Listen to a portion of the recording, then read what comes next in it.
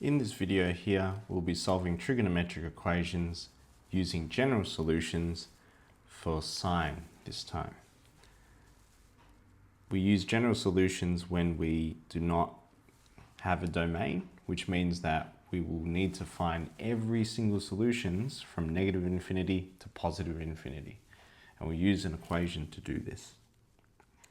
Our first step here is to rearrange the equation. So we're just going to divide by 2 here to relocate this 2.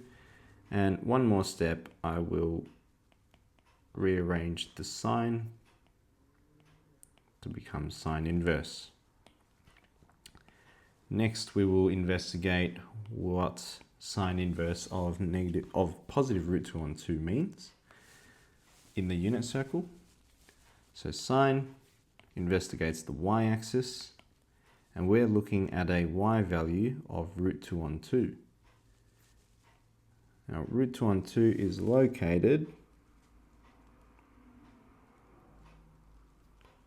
right here, because the reference angle that's associated with it is pi on 4. So we'll get some base solutions of pi on 4 and 3 pi on 4.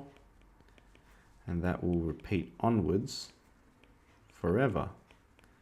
If we repeat or rotate using a period of 2 pi. Now, I might just rewrite this period of 2 pi as 8 pi on 4 so that we have the same denominator there. This will make it easier for us to write our general solutions. So our general solutions here will have x equals pi on 4, or we'll have another general solution for 3 pi on 4. To get to all of our other possible solutions for pi on 4 by rotating around the unit circle, we're going to add the period, which is 2 pi, but I'm just going to use 8 pi on 4 this time. And we repeat it by n amount of rotations.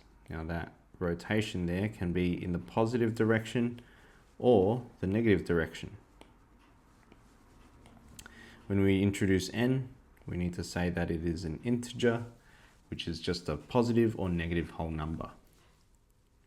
And just to clean this up, I'm just going to merge the same denominator and write 8 pi plus 8n pi over 4. Likewise over here we will have 3 pi plus 8n pi all over 4.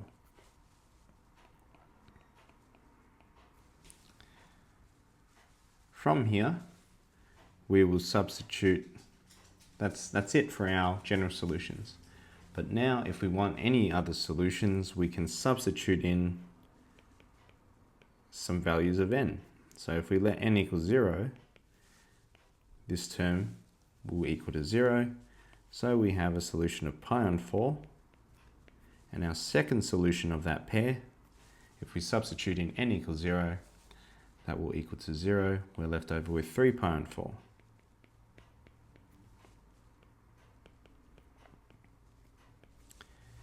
If we substitute n equals 1 in, this term here becomes 8 pi. We have 8 pi plus that extra pi there, that becomes 9 pi on 4. And for our second solution in that pair, we'll have 8 pi, because n equals 1, plus 3 pi, which equals to 11 pi on 4. So on and so forth. So if we substitute in n equals 2, as an example, we will see that we have 16 pi plus pi, which is 17 pi on 4. And over here, 16 pi plus 3 is 19 pi over 4. So again, if the question asks us for our first 3 positive solutions, we can just highlight those 3 there.